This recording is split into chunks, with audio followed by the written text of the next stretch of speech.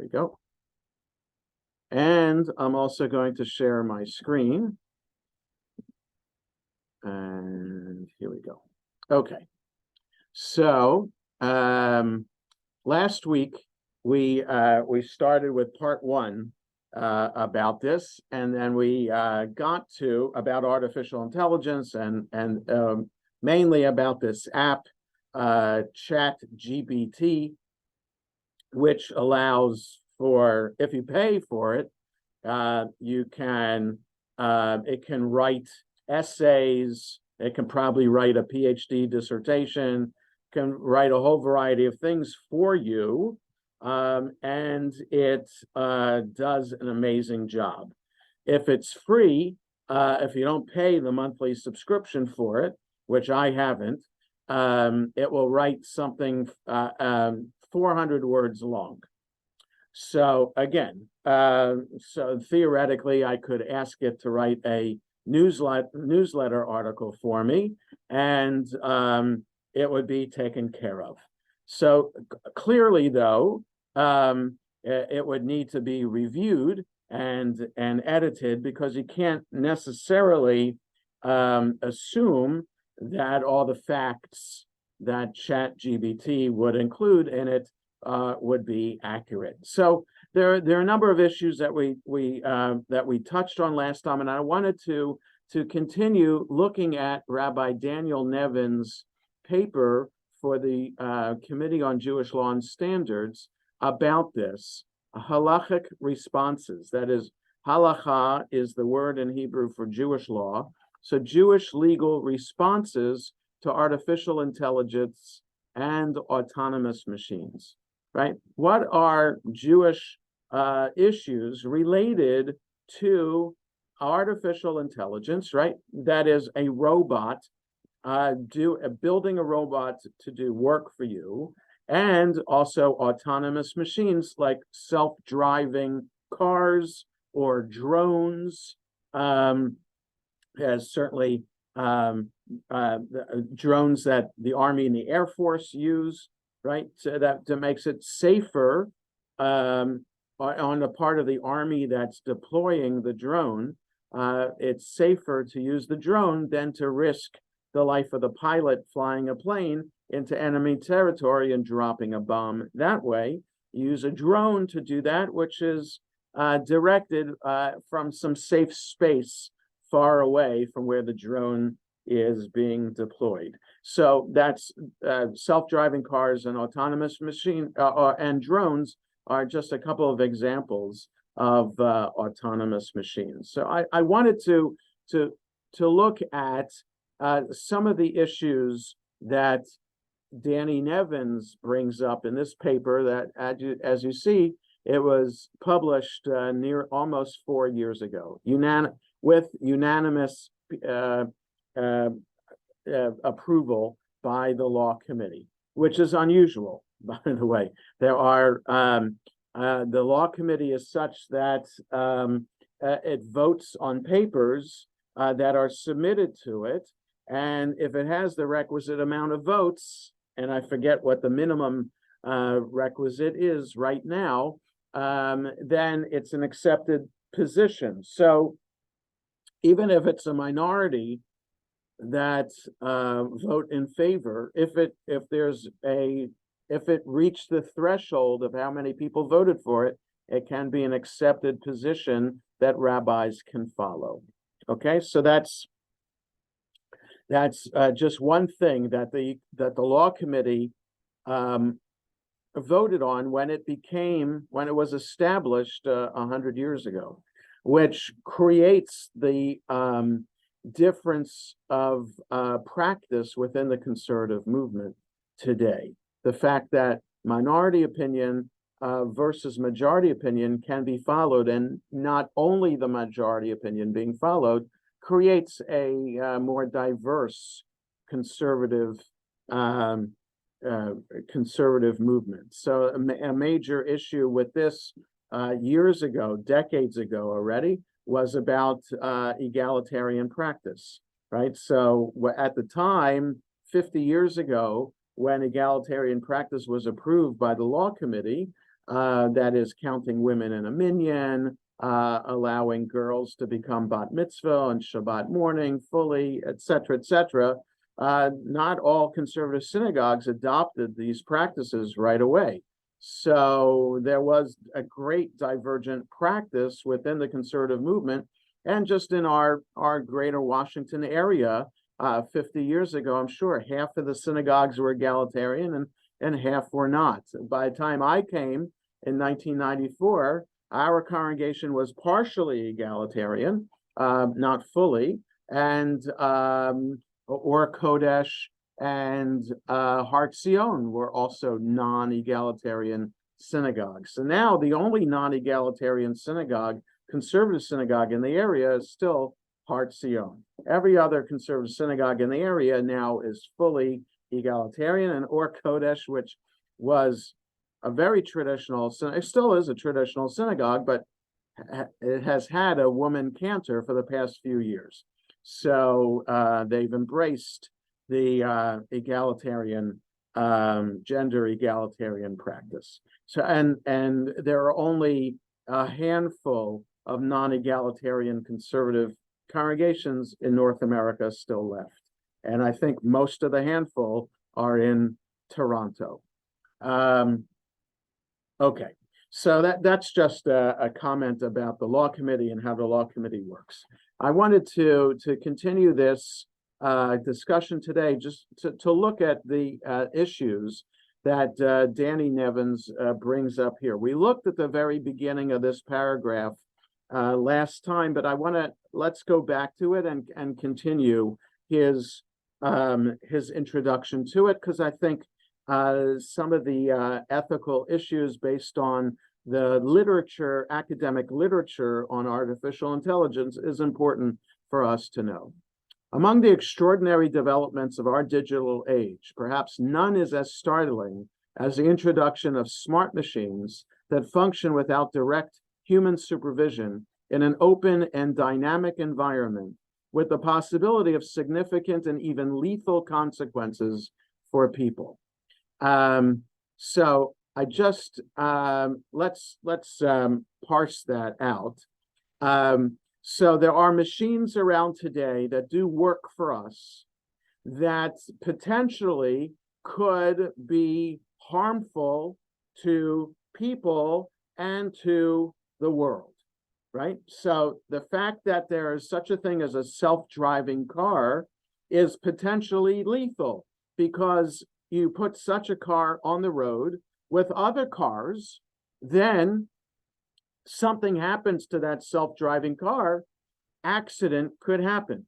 The metro, the Washington Metro today is considering re-automating the system, right? So that, in other words, that the subway cars themselves are run autonomously, and you have the conductor in the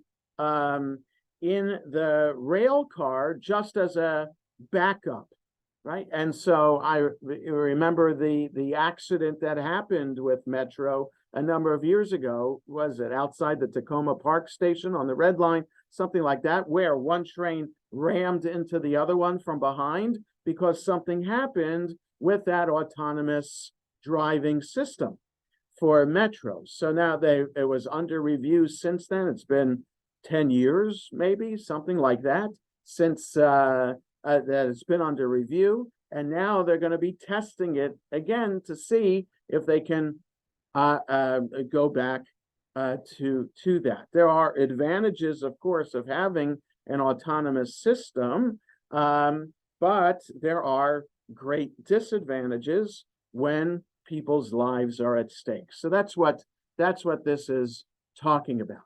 An academic field of machine ethics has emerged, but there's no consensus about what type of ethical system, whether rule-based, consequentialist, or virtue, should guide the development of artificial intelligence.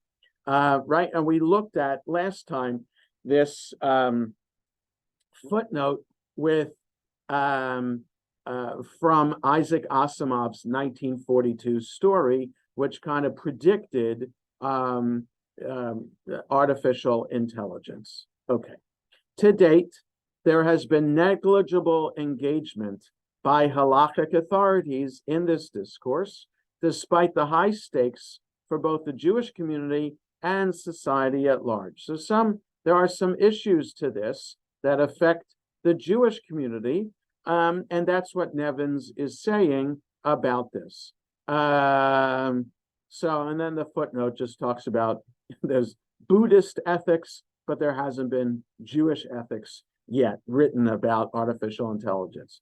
So in this responsum, Nevins goes on, I survey the emerging field of machine ethics, consider relevant halachic concepts, and apply them to questions about the intersection of artificial intelligence with ethics and religion, with the caveat that the pace and scope of innovation is rapid and unpredictable, right? He's not going to talk about ChatGPT because that did not exist 4 years ago. Okay, so it's an ever burgeoning field, and some of the issues that he's bringing up today could still apply, even though he could not have predicted some of the things that are available to us today. After bringing the technological and halachic discourses into conversation, I reached 3 conclusions, which might function as models for additional topics as they emerge from theory into practice. First, we must address the portentousness of this topic, which signals a transition in our relationship to machines from mere tools to perhaps ethical agents, right? The rabbis knew of machines just as tools. You use a hammer to drive a nail, you use a plow to dig up the ground, whatever machines were around there. These are inanimate objects that human beings are using. Now, objects are becoming more animate, and the question, as they are becoming more animate and more human-like, the question is, what ethical responsibility do we have towards those machines? And specifically, as I posed it last week, what ethical responsibility do we have if we're using ChatGPT to write something? So do we have the responsibility to check the sources, or do we just assume that ChatGPT is writing in our name correctly and truthfully? Some ethicists dismiss the entire project of fashioning ethical artificial intelligence as misguided regarding the embodied experiences of suffering, pain, pleasure, and mortality as essential context for moral reasoning, right? So in other words, there's no such thing as artificial intelligence truly unless you create a machine that can feel pain and suffering. So far, those machines don't exist. We can create a machine that can think, that can do multi-level thinking and reasoning, but we haven't created a machine yet, as far as I know, that can feel pain. So we can create a prosthetic arm or a hand for someone who has an amputated arm or leg. And I know these machines exist that can create an artificial limb where the hand moves and can grab something, right? But you can probably dip that hand into boiling water and you would not feel pain if you were wearing such a prosthetic arm. You might destroy the prosthetic arm by doing that, but you would not be feeling pain as if you were dipping your biological arm into that boiling water. See what I'm saying? So that's what Nevins is saying. So short of creating artificial intelligence that can feel pain, then there's no reason, some ethicists say, to start having the conversation about ethics. It's not real yet. It's not a real substitute for human being until it has pain or suffering. Dramatic reports about advances in artificial intelligence often obscure the fact that there has been little progress in approximating the human capacity for understanding meaning in machines. right? Creating a machine that can sense body language, can sense common sense, or being socially appropriate in situations, right? So imagine a machine, a robot that can circulate at a dinner party or a fundraising event to network, right? And so can a machine have the nuance to be able to network like that? So that is, AI may be smart without ever becoming conscious. Others observe that machine learning works with data on a scale and in patterns that defy human comprehension. Deep neural networks may have up to 150 hidden layers between input and output, making them thoroughly inscrutable to people. That said, humans cannot and need not fully comprehend one another's neurological processes in order to achieve mutual understanding.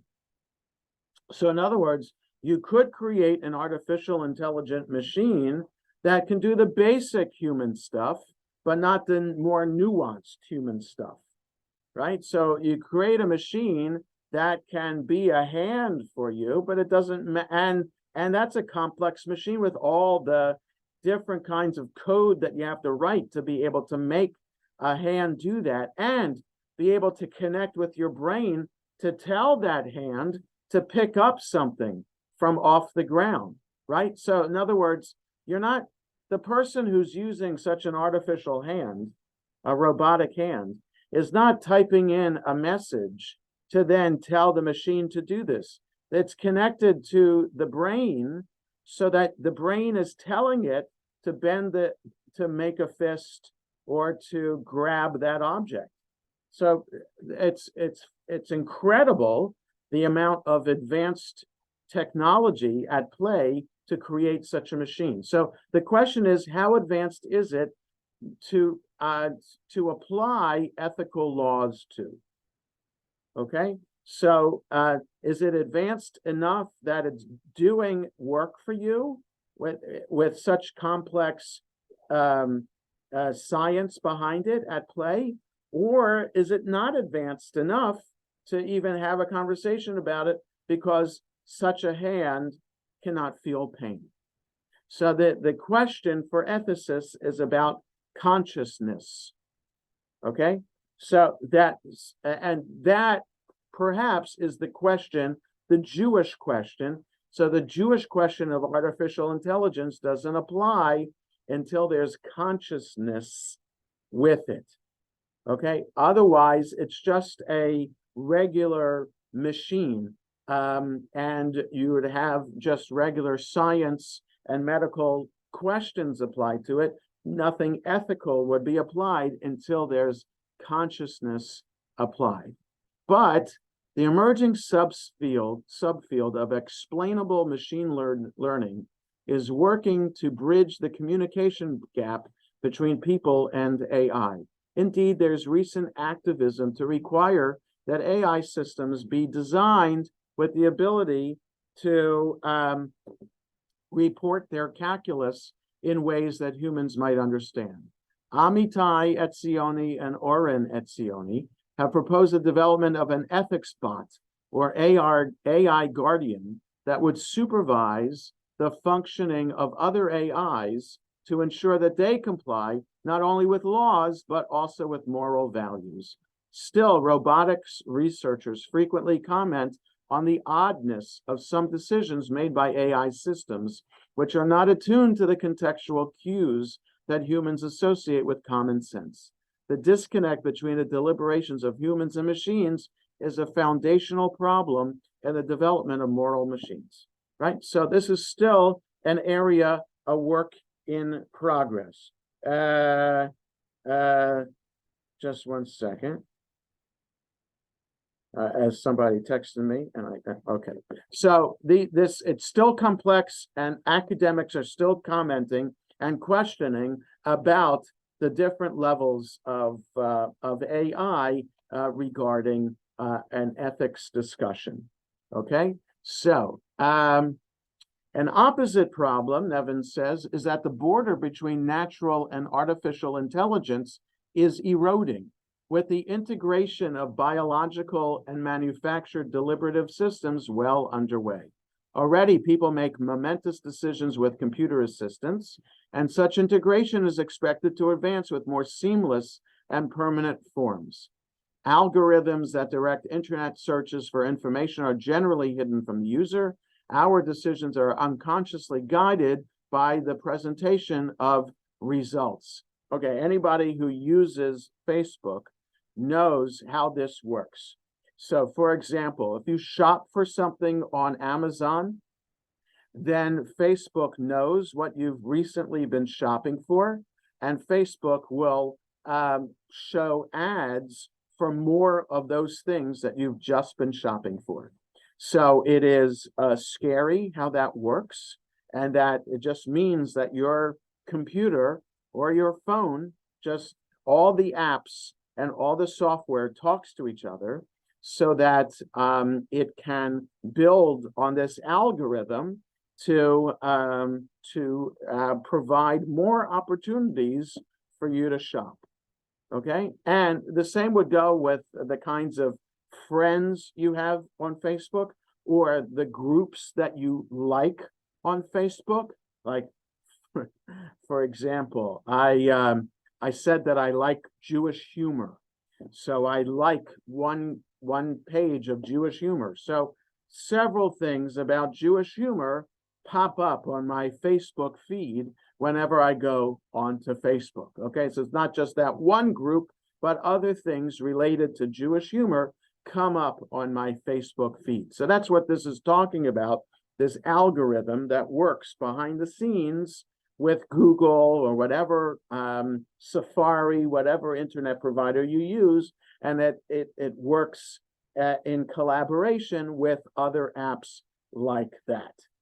Okay, so that is a level of ethics too, right? In terms of, is that appropriate for the machine to be doing that? Is it right for technology to be taking over in that way and bombarding us with that kind of information? So artificial intelligence is a nuanced, it's a very nuanced, complex subject, especially when it comes to understanding the ethics behind all the aspects of it.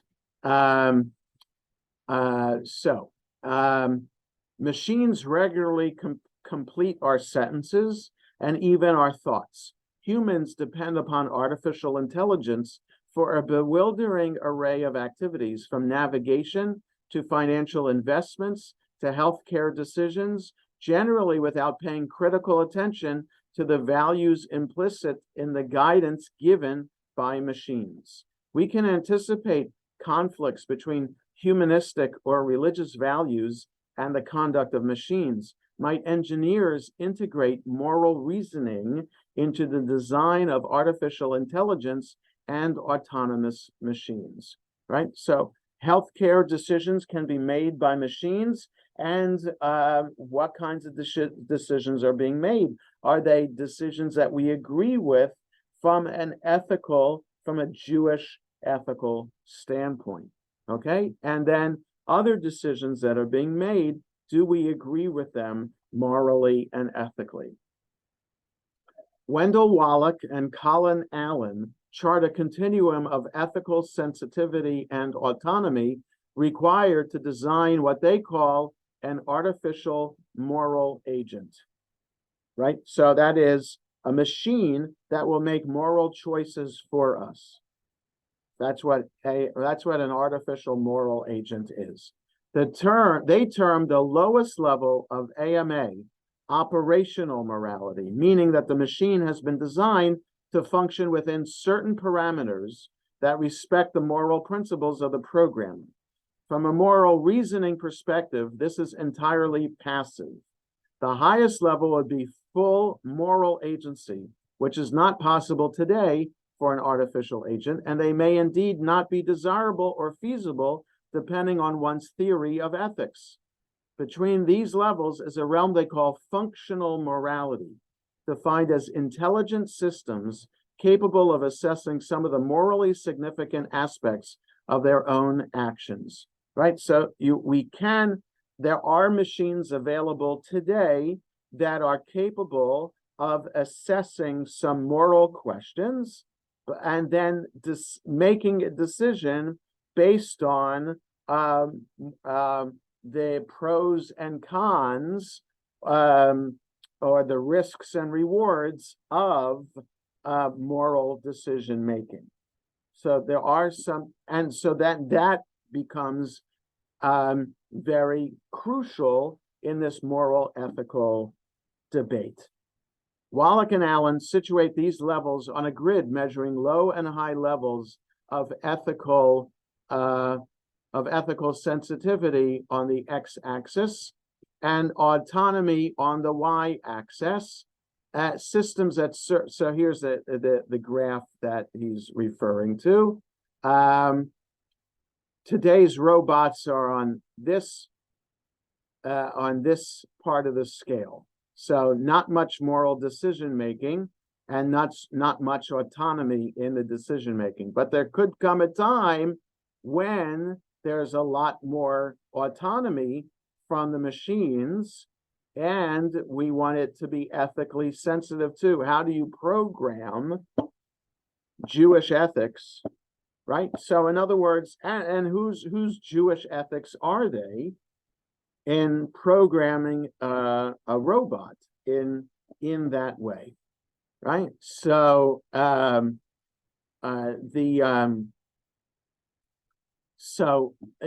are, I'm trying to think of an example of a machine that would take over for us ethically and morally. Well, just think about the ChatGPT, for example, that's writing something for you. Well, whose opinion is it going to be writing?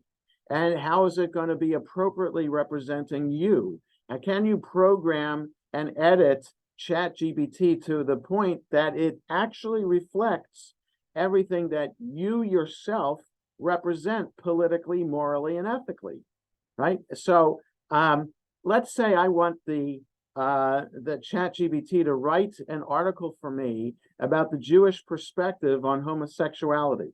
How is it going to write that? Is it going to write that based on my opinion 20 years ago, right? Is it going to find things that I have written and spoken about that might be embedded in my computer, in articles that are out there on the internet, right? Is it 20-year-old attitude towards homosexuality, or is it an up-to-date one? So this is like, again, this is a very passive kind of ethics, because it's just my opinion. It's not affecting somebody else's life, as opposed to making a machine decide how it's going to operate on a human being in an operating room surgically. How does a machine know when to keep on operating and when to stop because the person is about to die? What does it take into the health of the person? Does it take into account the health of the person, the age of the person, how sick the person is before even lying on the operating table? So you can understand these are the ethical questions that how is a machine going to be able to answer those questions, as opposed to the human being in consultation with other human beings answer these questions, right? So these are the ethical questions that that haven't been decided yet. Or a drone, how could a drone being used by the Army or the Air Force to take over and without having to be guided by a human being? And what if the drone calculates that there are civilians at the target that it's told to go to, and as opposed to civilians besides the military target there? Is the drone on its own going to decide how many civilians there have to be before it doesn't drop the missile, right? So you see the ethical question there. Is a human being going to be directing that drone the whole time so that the human being is making the ethical decision, right? There's a chain of command, and the general is saying, okay, you can drop the bomb because there's only 5 civilians there, but there are 10 terrorists there. So it's okay then in the ethics of war for those. We feel bad the civilians are there, but the militants need to be, right? So are human beings making the decision for the drone, or is the drone going to make that decision? So these are the ethical questions that Nevins brings up, and so the conclusions that he reaches. I want to go to the end to look at something that he says. Going all the way to page 39. Hold on a second. This takes a while. Yeah. So let me go ahead. We don't need to look at everything. I just want to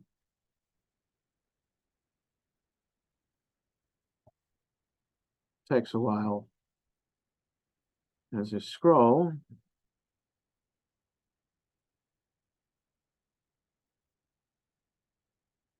Right, just a couple more pages. Bear with me, please.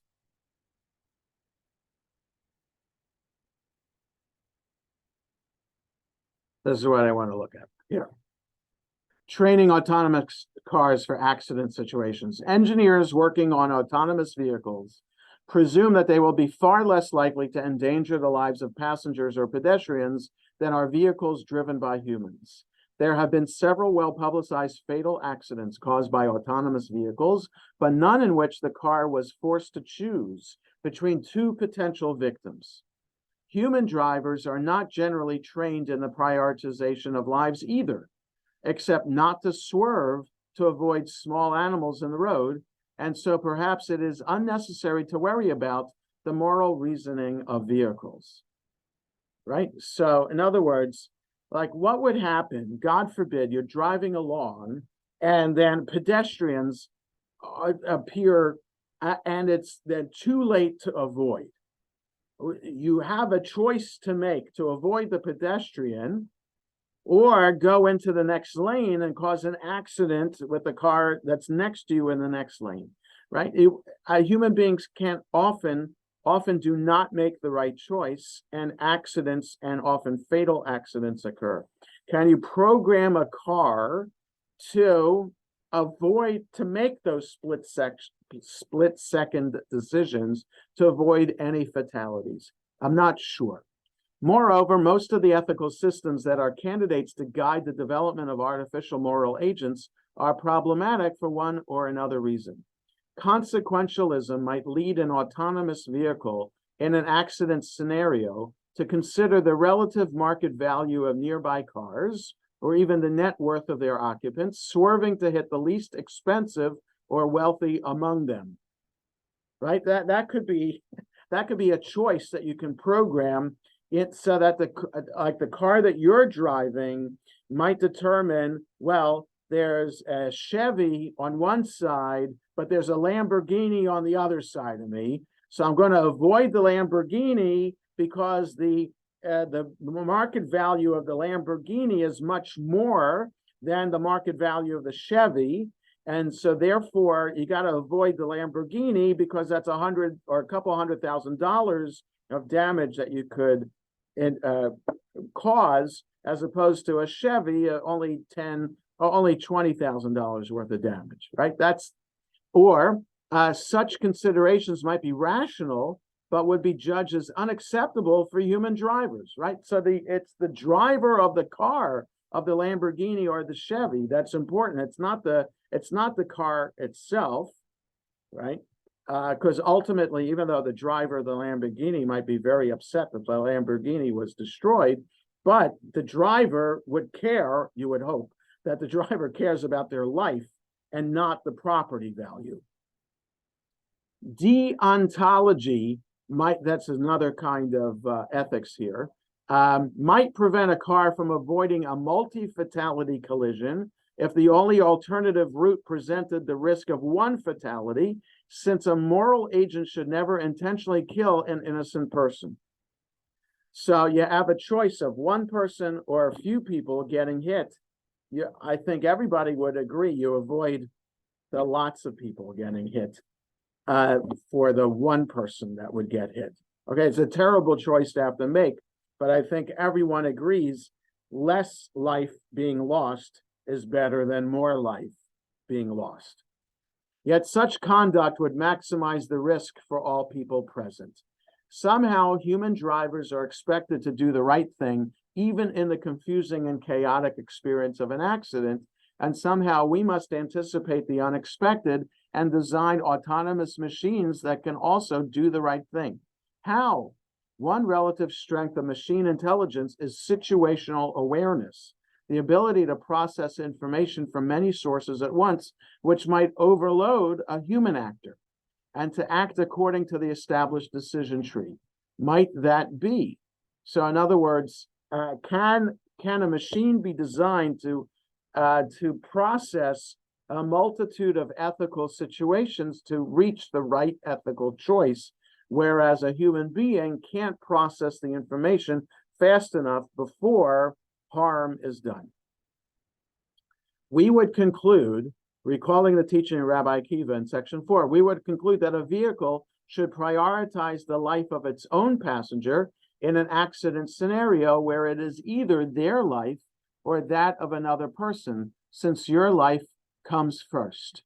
Right? There is what he's referring to is a classic example from the Mishnah.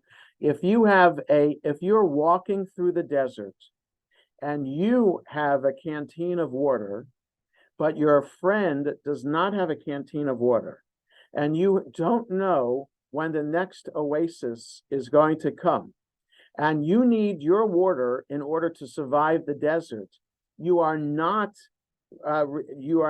obligated to share your water with your friend. So that might be contradictory to our sense of morality and ethics, that we would think we should share our water, no matter what.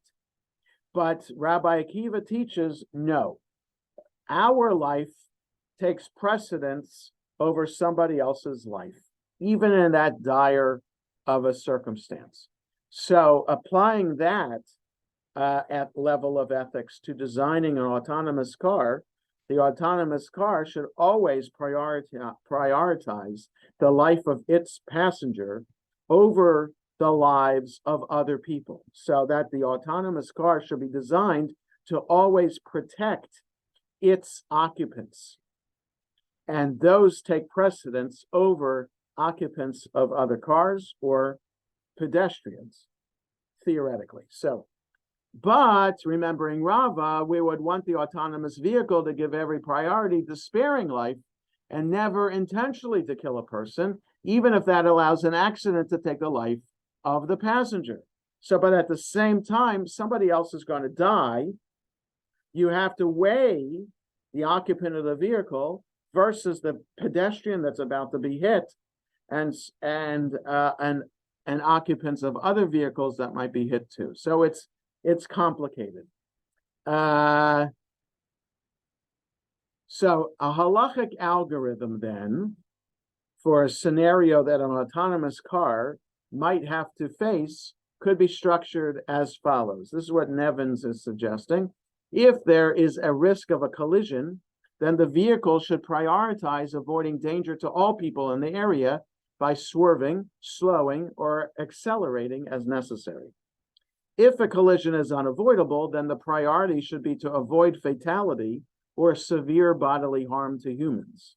The vehicle should swerve to avoid striking a pedestrian or a passenger vehicle, even at risk to property damage.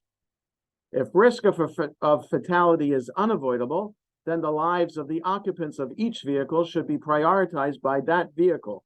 The vehicle should not swerve off the road into danger in order to avoid striking a pedestrian on the roadway unless there is little risk of fatality to the passengers. Rather, the vehicle should take all available measures to reduce danger to the pedestrian, such as slowing down or switching lanes, while still protecting the lives of passengers. So this is the level, this is what Nevins is suggesting as a possible algorithm to program into an autonomous vehicle. This would reflect Jewish ethics about that particular situation, which might cause harm, injury, or death to human beings. So our time is fleeting, and there's a lot more that could be said about this, but we don't have the time for that. I wanted to stop sharing and see if anybody has a question or comment about any of this so far, about this autonomous stuff. Bob? Yeah, going back to your having the chat program write a paper for you. Yeah. It can still write the paper, but at the end of the day, the decision to send it out remains yours. Yes. No, that's absolutely true. The danger with the ChatGPT is the danger with using anything else as a crutch, right? That you might be tempted, right? So back in our day when we were in school, there were Cliff Notes, right? So you can, if you didn't want to read Hamlet, you could buy the Cliff Notes edition of Hamlet or the Reader's Digest version of a novel, right? You didn't want to read The Great Gatsby, read the Reader's Digest version of The Great Gatsby, and then write your paper on it. Was that cheating or not? Okay, so I think everybody would agree that that's cheating if in class you're told to write a paper on the supposed idea that you've read the material. Okay, but we all know a lot of people who cheated in that way and used Cliff Notes. So this is the artificial intelligence version, taking it to the max. So you could ask ChatGPT to write the paper that the high school English teacher is asking you to write about, analyze Hamlet's to be or not to be soliloquy and comment on this aspect of it. Okay, you can ask ChatGPT to do that for you, and it will. And then, so if you don't check, if you ask it and then you don't check the sources, right? Like you haven't read the soliloquy, you haven't checked what ChatGPT is using as sources, then it's on you and you've plagiarized. So yes. So the problem is if you're asking ChatGPT to write in your style, then you can kind of hide the fact from the teacher that you've just plagiarized, right? Old-fashioned plagiarism, it would be easier for teachers and college professors to know because they're familiar that the writing style is quite different from what the writing style has been for the student previously. But if you ask ChatGPT to write it in your style, then you're further adding to the plagiarism by making it more difficult for the teacher. So yes, there's a level of responsibility then, ethical responsibility on the person using ChatGPT to then, I wouldn't be plagiarizing if I wrote a newsletter article for the synagogue newsletter by using ChatGPT. I wouldn't, but I think I should say, just reader should be aware that I've used ChatGPT to write this article. And it's on me, let's say I write an article about anti-Semitism or about Passover, it's on me to make sure that what ChatGPT says about anti-Semitism or about the rituals of Passover is accurate. In other words, if the article about Passover says you don't have to sell your chametz beforehand, then, and I publish that, then obviously I've not checked my sources, right? So there's a level there that that educators now are questioning, because kids are not doing that. They're not taking the responsibility for that. And teachers then are faced with the quandary of how to discover whether somebody's used it or not. Lori. Yeah, just to support your point, I retired from the National Labor Relations Board, and I get their publications, and there's an article, dangers of using Chat GPT for NLRB legal research. And they give an example of a search where when asked to find cases that support a particular proposition, Chat GPT simply made up realistic sounding cases that do not in fact exist. That's so funny. Wow, that's the danger of it. You would think that Chat GPT is checking the internet before it's writing, right? So that's fascinating. Somebody who I'm friends with on Facebook, an area colleague, Rabbi Charles Arian, who's the rabbi of Kilat Shalom in Montgomery Village, just asked ChatGPT to write a bio of himself. And ChatGPT came up with Charles Arian, who is not Charles Arian. It says that it wrote that Charles Arian is a graduate of Yeshiva University. Charles Arian is a graduate of Hebrew Union College, the Reform Rabbinical School, and then he became a member of the Rabbinical Assembly. So ChatGPT had it all wrong about who Charles Arian is. There could be another Charles Arian out there, but it was not this Charles Arian from Montgomery Village. So yeah, so it's a nascent technology, and so clearly a lot of bugs in the system. So something as very technical as the National Labor Relations Board and labor law, it's dangerous. It's a ChatGPT isn't up to and you can't even, based on that, use it as a reliable research tool just to even Not start yet. a project. Right. Imagine a lawyer, like this could take over you don't need a paralegal anymore, right? You can ask ChatGPT to be your paralegal to search the precedents on this particular intellectual property law, or this particular contract, et cetera, or this particular will with this particular kind of investments. You can ask ChatGPT potentially to do that for you, and it'd save a lot of money in your law office, but then you'd have to double check everything. Right. So clearly ChatGPT, the technology is not there yet for people to have to worry about their jobs being eliminated.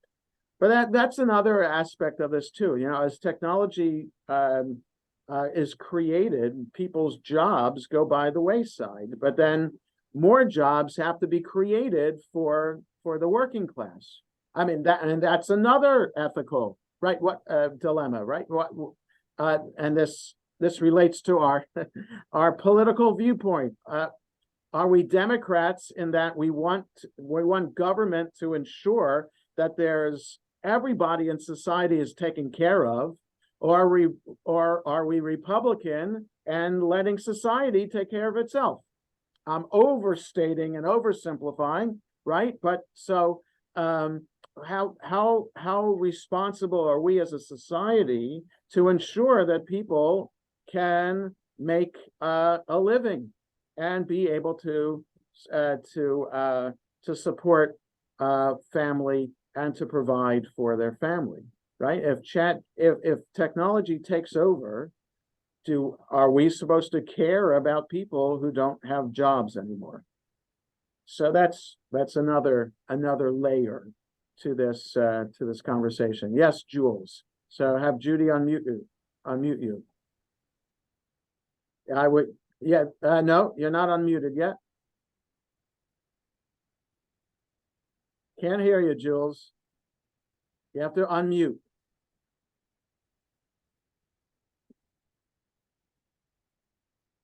Unmute. There you go. No, you did. No, you had it for a split second. Unmute again. What I was doing, but There you go. There you go. You got it. I was going to give you an example of something that I've lived with for 55 years of my law practice. Yeah, Uh, I always received went on to look at the computer defined cases right, that were similar to the ones I was watching. right, I had an absolute rule that if I received a brief from the other side and they cited in support of their proposition all of the cases online that were cited that way, string cited, I could guarantee it, and I would put my knife on it. I did. That they would cite something that would help me and Oh. hurt them. uh-huh, And every time they did it, I went and researched what they said supported them, and I found just the opposite. In fact, one case, the judge ruled in my favor and against the other side based on something they had given yeah, it. right. Check what your I- sources, right? Only one other thing. Yeah, You can't plagiarize if you tell the truth. if you right, that's if right, you use GBT right, and you come in and you say, dear congregants, right, I had wrote this by using whatever it was you ChatGPT, used, right, yes, and this is what I got. You're absolved because they all know that you're not asserting the truth or right, validity of any of this. right. Now, But if you that- then go on and tell them, yes, I checked every reference that was made Right. and the references were legitimate, then you're adopting the thing Right. and making it your own. Right, There's nothing wrong with that.